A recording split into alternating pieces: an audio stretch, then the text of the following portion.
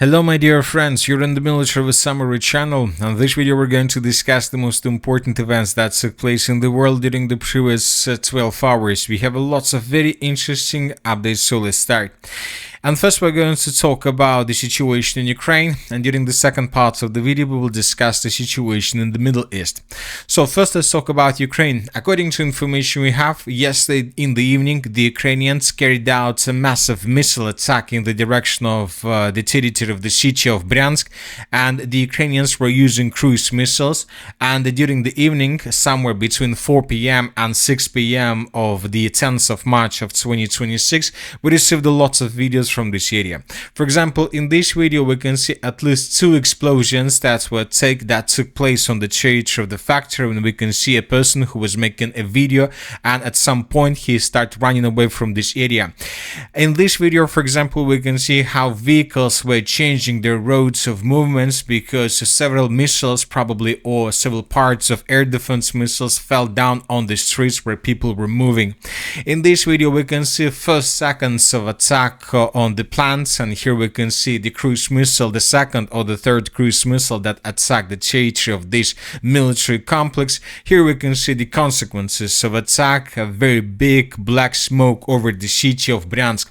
So the sources are saying that the Ukrainians attacked a very important military plant of the Russian Federation that the Russians used to produce chips for their air defense forces.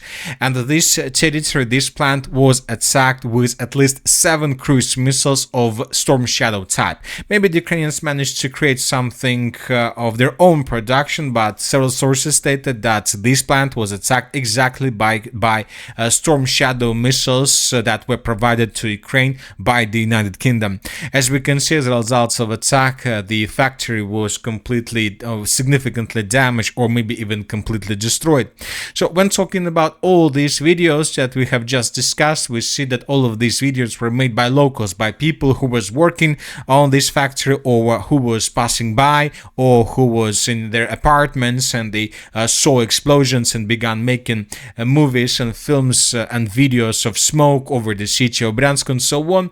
And later, probably somewhere around 7 p.m. of the 10th of March of 2026, this video was published. And here we can see that this video wasn't made by the locals, or wasn't made by the Russian drones or something like this. Here we can see a Ukrainian drone that was flying above the city of Bryansk, and here we can see a Ukrainian drone that was filming how exactly the Ukrainians were attacking this military plant with a significant number of cruise missiles. And the most important thing, that during the previous 24 hours, several Telegram channels stated that the locals published in their comments lots of updates, lots of, let's say, statements that drones of the armored forces of Ukraine were noted above over the city of Bryansk, but for some reason neither the military authorities nor the local authorities paid attention to this information. So as a result of this attack, we see that very important plant was destroyed. Furthermore, the local authorities stated that casualties among civilians were recorded. Lots of people were injured.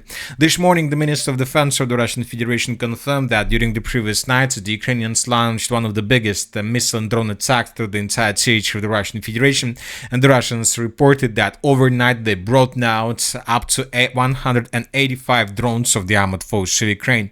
And probably almost at the same time with these attacks, the president of Ukraine, Zelensky, also stated the following. He stated that during the interview that the commander-in-chief of the armored forces of Ukraine, Syrsky, called him and reported on the successful strike on a factory in Bryansk.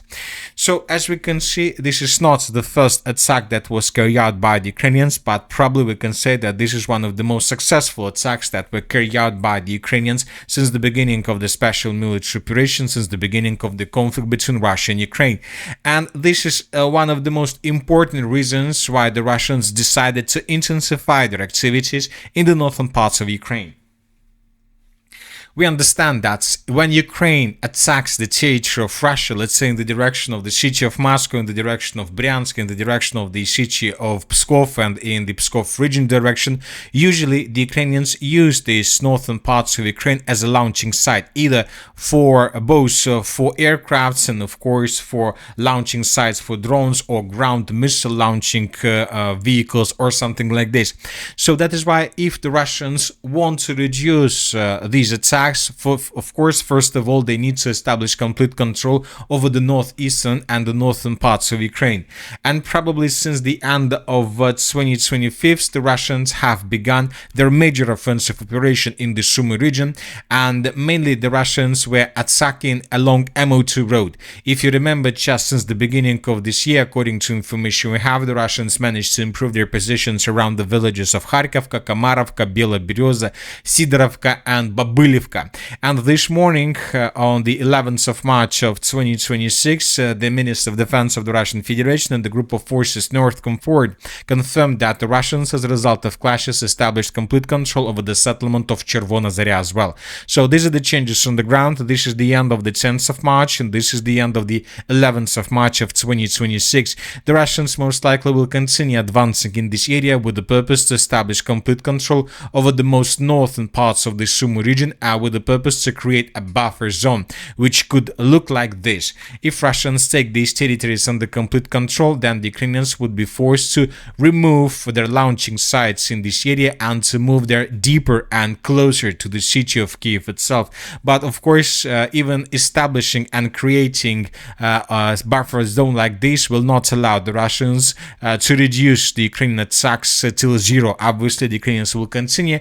Maybe they will become less effective, but we see that technologies are being developed both by the Russians and by the Ukrainians, so which means that most likely this will affect the situation, but this will not bring significant effects in this area.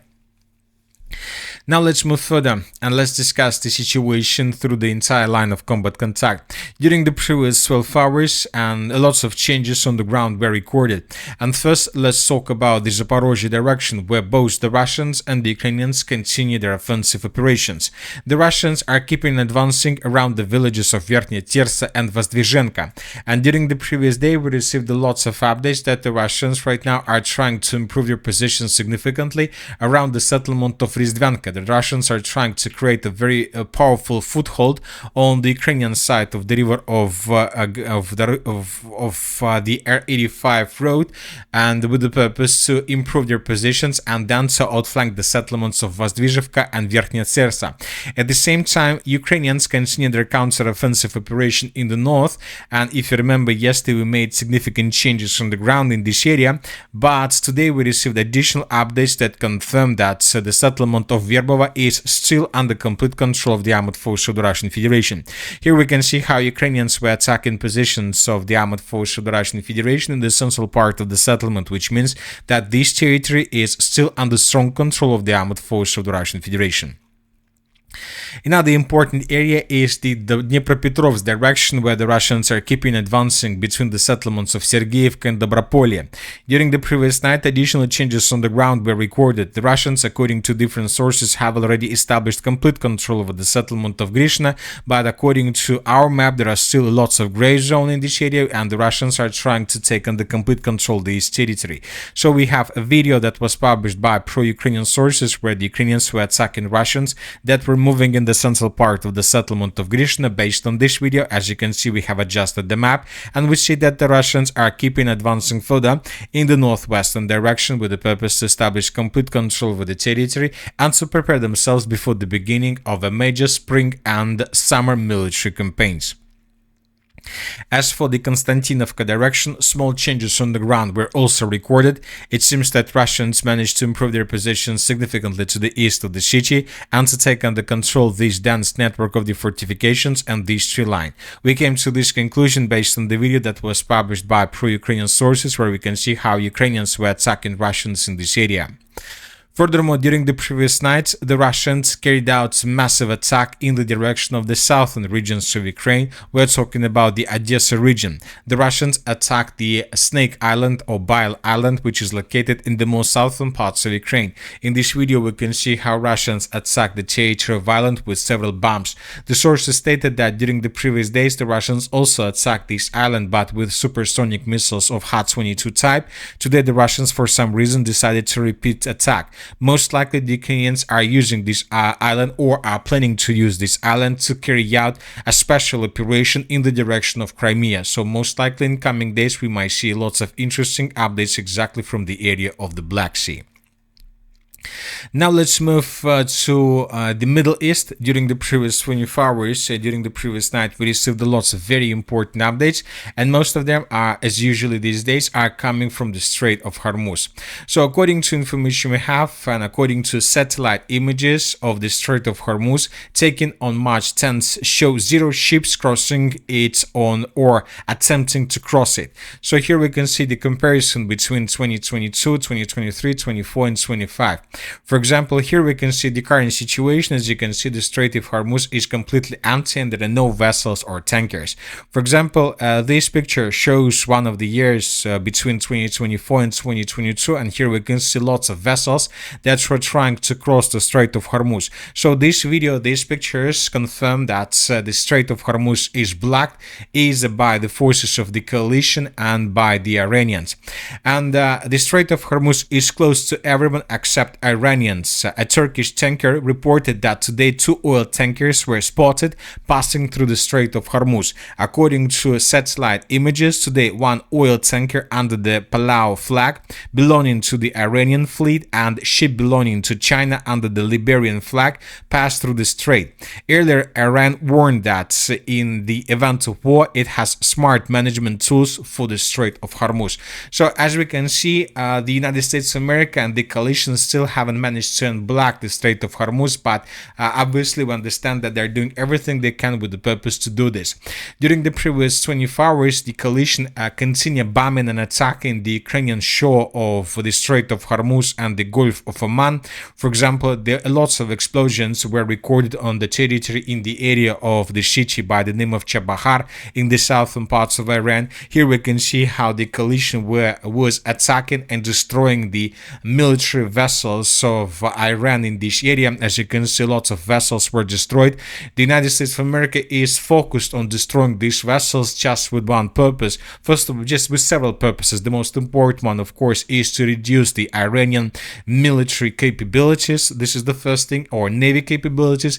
And the second thing is to reduce the Iranian capabilities to mine the Strait of Hormuz and the Gulf of Oman. In this video, for example, we can see from another angle the destroyed military vessel of Iran as a result of the coalition strike.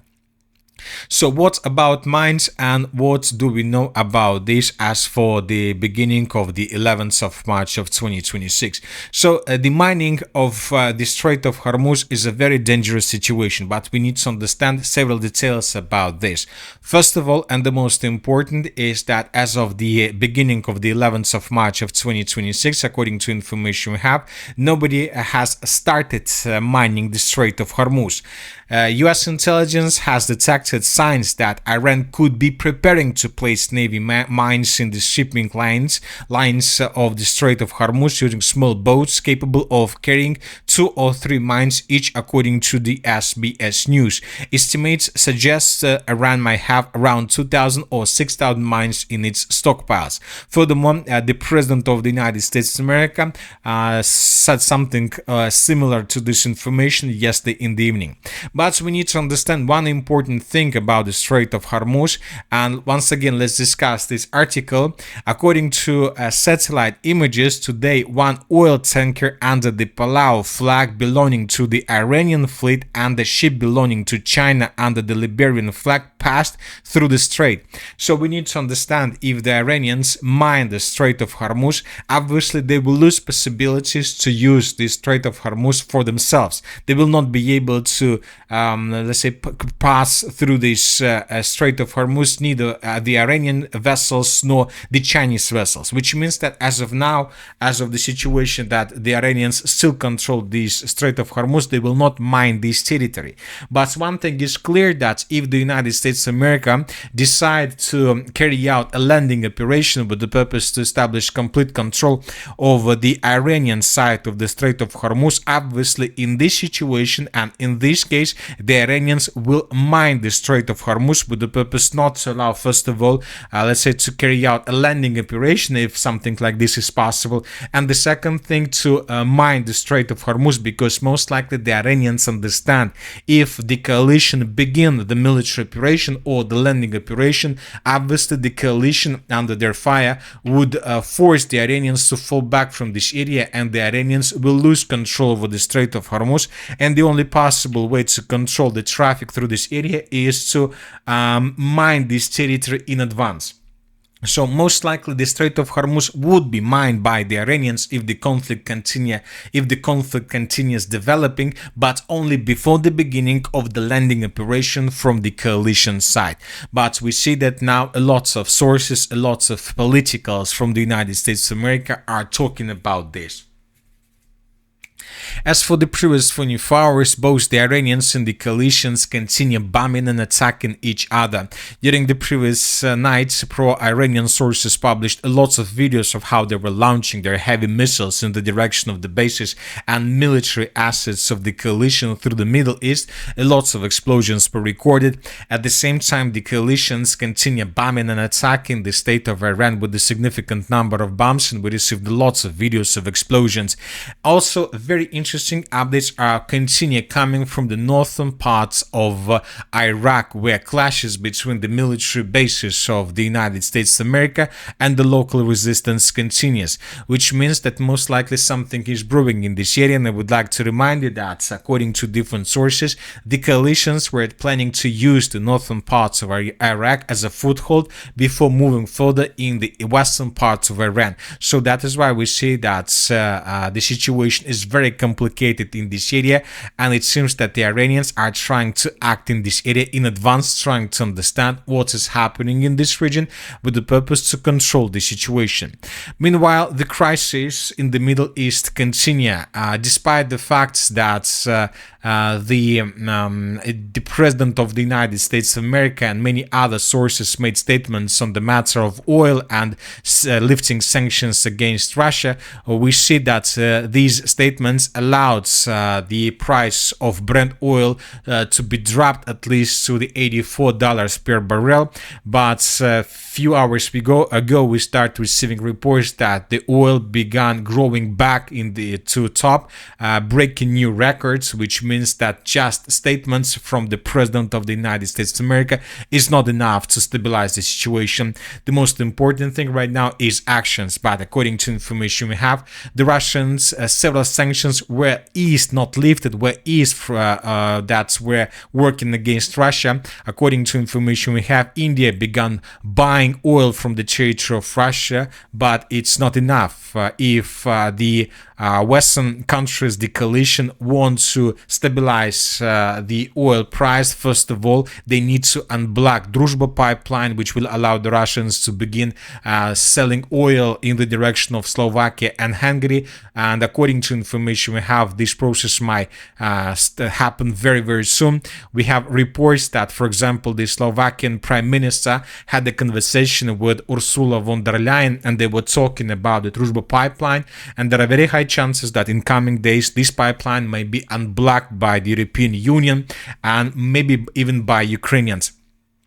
And we know that now, we understand that this might happen very, very soon, and several experts reported that the attacks that were carried out by the Ukrainians in the direction of Bryansk had the main purpose to ruin these talks between Russia, the United States of America, the European Union, and Hungarians and Slovakians, because the Ukrainians are trying to force the Russians to strike back significantly with a significant number of missiles and any possible further attack from the Russian side won't look like businesslike, won't look like a constructive behavior from the Russian side, and any attack from the Russian side in the future can be considered by the European countries and the United States of America as a step away from the negotiation process and a step away from the stabilization of the situation. So we see that the Russians have a very difficult decision to make, either to strike back or to wait a bit until the sanctions have been lifted. And that's it for the short video. The Military Summary channel reminds to become the many violence in the world. Thank you for watching. Subscribe to my channel, put your likes, join my Patreon, and have a good day. Bye bye.